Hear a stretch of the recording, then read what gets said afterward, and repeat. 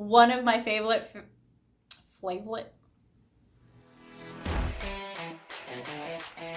Hey yo, and welcome back to my channel where I talk about writer things, parent things, and writer-parent things. This week, because it's the holiday season, I'm going to be going over some of my favorite tropes for, ya guessed it, family. Do remember, folks, that all of my trope videos are based on my preferences and personal bias.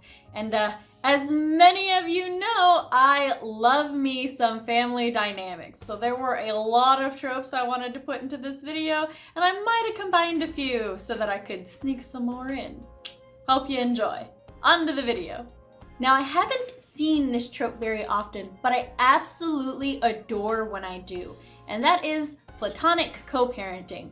When two people who have absolutely no romantic ties to each other decide that they want a kid and that they're gonna have one together for whatever reason. Now, this might seem a little weird considering my obsession for romance, but you know, I enjoy a lot of different relationships and dynamics. One of the best parts of this trope for me is that the co-parents share the troubles and woes of parenting with each other. And it is very established that they never have, don't currently, and never will have romantic feelings for each other. So we get presented with what I perceive as a very rare platonic friendship in media. And, you know, besides, when one or both of them start dating and bring other people into the mix, we can get the real village that it takes to raise kids, and maybe some tension and drama. We got some versatility going on here. Tons of people get married every year, and a lot of those people go on to have kids together. And some of those people go on to get a divorce. It's a thing that happens, and it sometimes gets ugly. But I really appreciate when they at least stay amicable. And don't get me wrong, I'm not saying that they have to be the best of friends. I just like when they, you know, don't shit talk each other in front of the kid, or when they don't let other people shit talk their ex. And I like that they support each other because, you know, that's what families do when they share a kid, which means they're still technically family. I don't see this trope often, but I really enjoy when I do, and it always brings a smile to my face. I vaguely recall a piece of media, probably a movie, we're gonna say it was a movie, where there was this, you know, couple who had gotten divorced, and the ex-husband still came around the house and did the handiwork and, you know, fixed things and stuff, and just because his ex-wife needed the help, and his current partner was like, yeah, it's a thing. I just really like seeing when humanity is, you know, nice and not shitty. This could be my personal bias showing. Okay, it's all my personal bias, but this one more so than others. This is probably my favorite family-specific trope of all time, and that's the Apron Matron, which is when we have a female leader of the family, be it grandma, mom, an old aunt, doesn't really matter. All that matters is that she is a female leader, she is well respected, and her word is law. She is very larger than life in her presence, and she's super protective, but you know, in good ways. While she is maternal, protective, and caring, she can also be very stern and strict when she needs to be, but she is never possessive or controlling.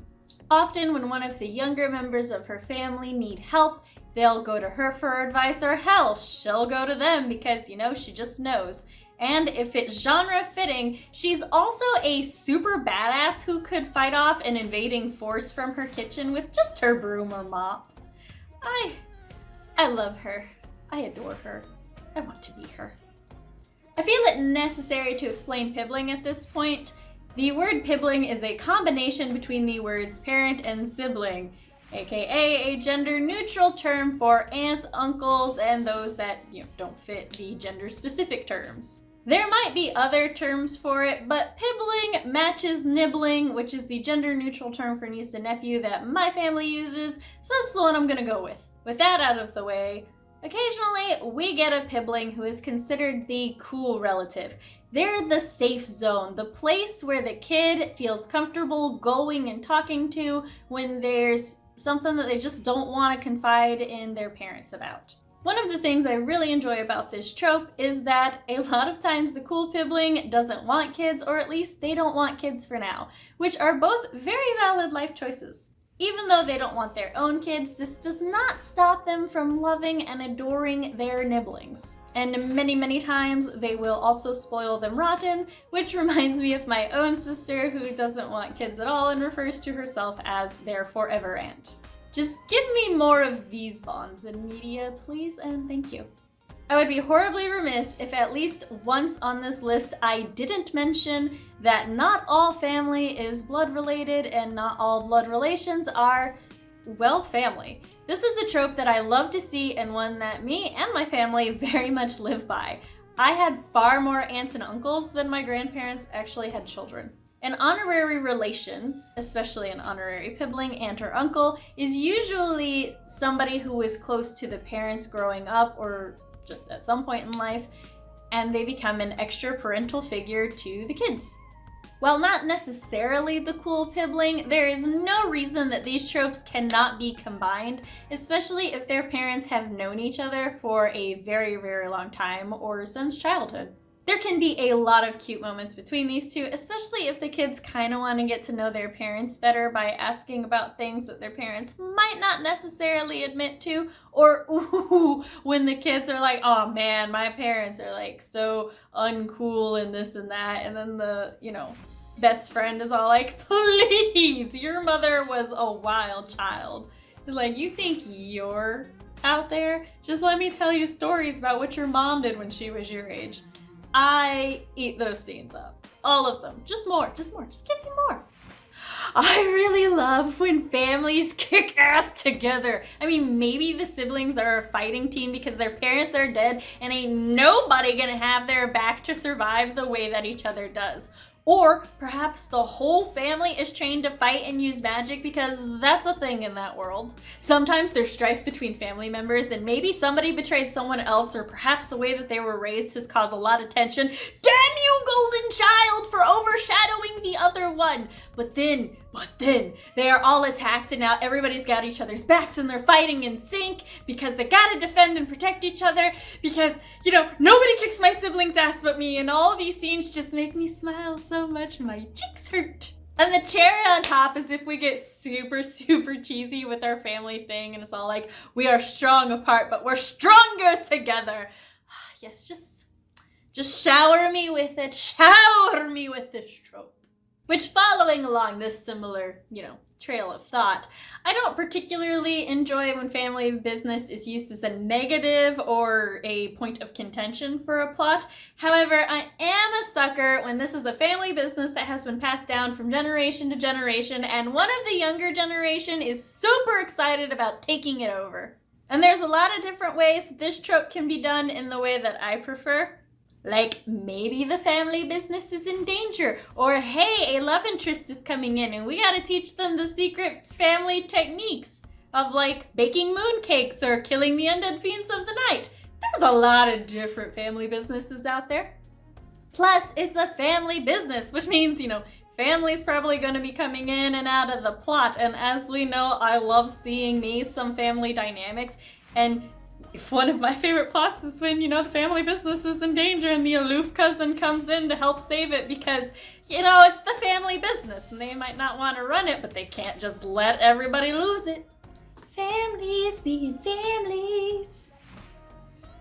Switching gears away from badass teams and family business, I absolutely adore the trope when a parent just identifies their child. And now that I am a parent, it hits very differently. There is something to be said about that connection between a parent and their child. And I just want to be clear. I want to be very clear that I mean any parent and their child. Biological, step, adopted, I don't care. No. Any parent and their child. It always gets me when a parental figure who hasn't seen a kid in like decades or something recognizes them from a really out there trait, like their head tilt or the way that they walk across the room or a specific race or like the way that they smirk. Look, it's always really subtle, always really specific. It's just one of those things. And, you know, maybe they haven't seen them since they were a kid, so it's like you've had 20 years to grow, so I really shouldn't recognize you, but I do. Or maybe they're in disguise because they're trying to sneak around places and stuff, and they're like, ha, no one will recognize me. Oh, what is my mother doing here? My disguise is good enough. But then Mama's like, what the fuck? And it's like, Mom, how did you know? And it's like, bitch, Mama knows that head tilt. Mama knows. Some people might be like, this is highly unbelievable, not very realistic, which look, I get why you would say that, but I know which of my children is coming down the stairs just based on how they're walking down the stairs. They all like have very distinct gaits and the way they distribute their weight. It's a thing, okay? And this trope can be done like super seriously or very quirky and stuff. You know, just make me want to cry or laugh my ass off. I'll take both. Now, it's a fact that people take on each other's learned behaviors when they interact frequently enough. I mean, it's not even limited to family. Me and my friends definitely share some behaviors and quirks that we did not when we first met. It's just the thing that people do. Still, I really love it when siblings share specific quirks or like cousins are shown to have the same mannerisms. In media, this can even be used to foreshadow a relation reveal, even if these two people didn't actually grow up together and don't really interact with each other that much, but it's fine, it's fine. And while this can definitely be easier to do in visual mediums because you can just have, you know, the characters do this at the same time and it's like, huh, well that's a thing. It's still doable and I have seen it done in written media a lot. It can either be done subtly, having one character like mess with their hair or chew on their lips, and then a few chapters later having a different character chew on their lips and messing with their hair. Then the readers can kind of pick up, oh hey, both of these characters do these things when they're nervous. Or it can, you know, smack you in the face with like, she crosses her arms and looks to the left the same way that her mother always did.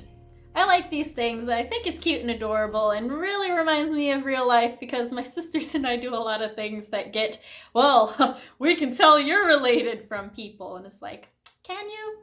Can you though? That's a joke. You totally can't. The resemblance is strong. All right, everyone, that's all I got for you this week. Do you have family tropes that you enjoy? Share with me in the comments down below. Did you like any of the ones that I like? If so, you know you got good taste. If you would like to stay up to date with my platform and all the things that I do, you can sign up for my monthly newsletter, which goes out any time between the middle and the end of the month. I host live streams every Monday at 7 p.m. Central Standard Time, and I post videos on Wednesdays. If you'd like to see a sample of my writing, you can check out my website, samanthaalnasset.com. And if you'd like to stalk me on social media, you can check me out at Samantha L. Nasset on Instagram, Twitter, Tumblr, and Facebook. Thanks for watching. If you liked the video, please give it a like, comment down below, and subscribe to the channel. That's all I got for you this week. I hope to see you soon. Sam out!